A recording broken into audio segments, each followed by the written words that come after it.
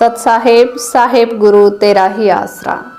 सर्वप्रथम मैं मेरे सतगुरु स्वामी अमर आनंद जी महाराज के श्री चरणों में सत सत नमन करती हूँ।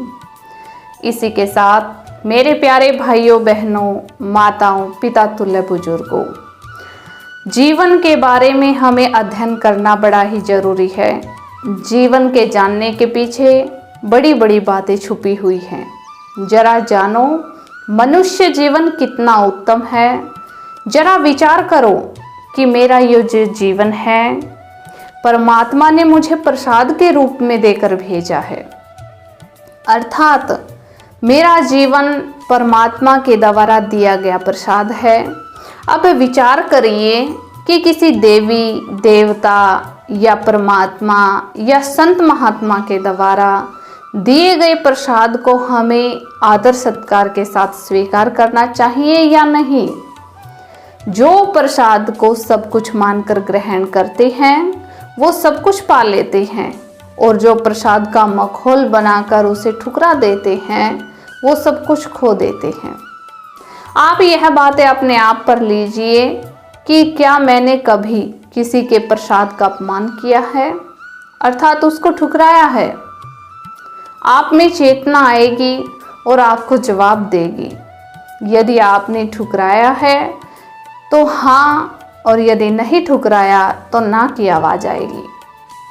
फिर सोचिए, यदि आपको जवाब मिलता है कि मैंने कभी किसी देवी देवता संत महात्मा का प्रसाद नहीं ठुकराया, तो तुम जानो और अध्ययन करो कि इसके बदले में आपको क्या क्या मिला है। यदि आप ध्यान देवोगे तो तुम्हें उस प्रसाद से होने वाले फायदे का पता लग जाएगा कि इस फायदे की जानकारी लेकर सोचो कि परमात्मा के अंशों के नाम की प्रसाद लेकर मैं मृत लोक का धन धान्य हो रहा हूँ। तो इन सबसे बड़े परमपिता परमात्मा का दिया हुआ प्रसाद मेरा शरीर है। क्या मैंने इसको आदर सत्कार से स्वीकार किया है, अर्थात मैंने कभी परमात्मा के द्वारा दिए गए शरीर रूपी प्रसाद का सम्मान दिया है।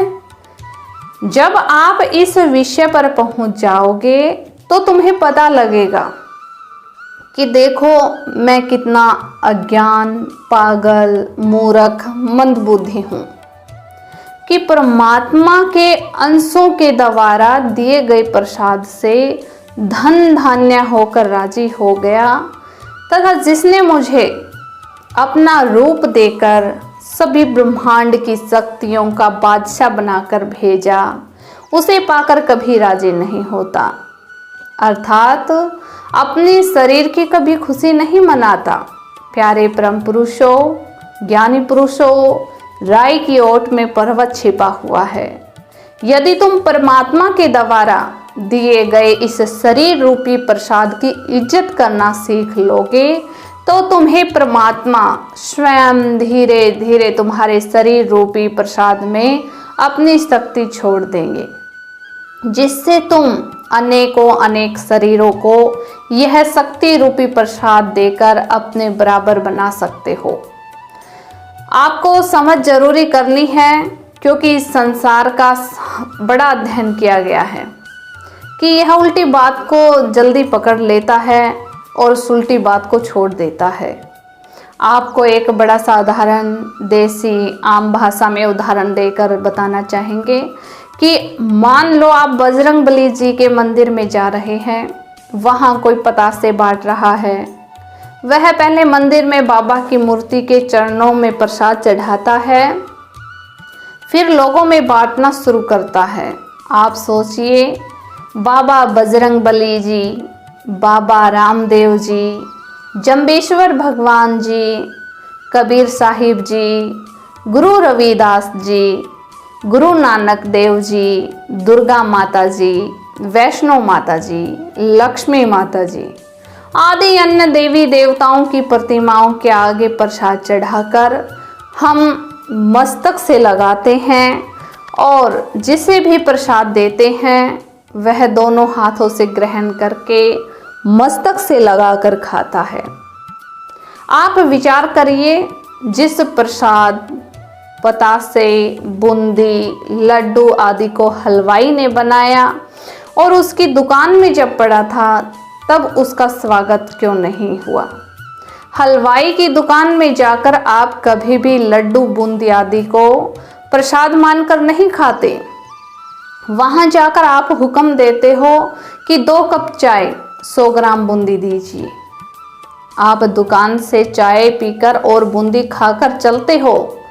तब कई बार चलते चलते याद आता है कि आज तो मंगलवार है, चलो बाबा बजरंग बली जी के प्रसाद चढ़ाते हैं।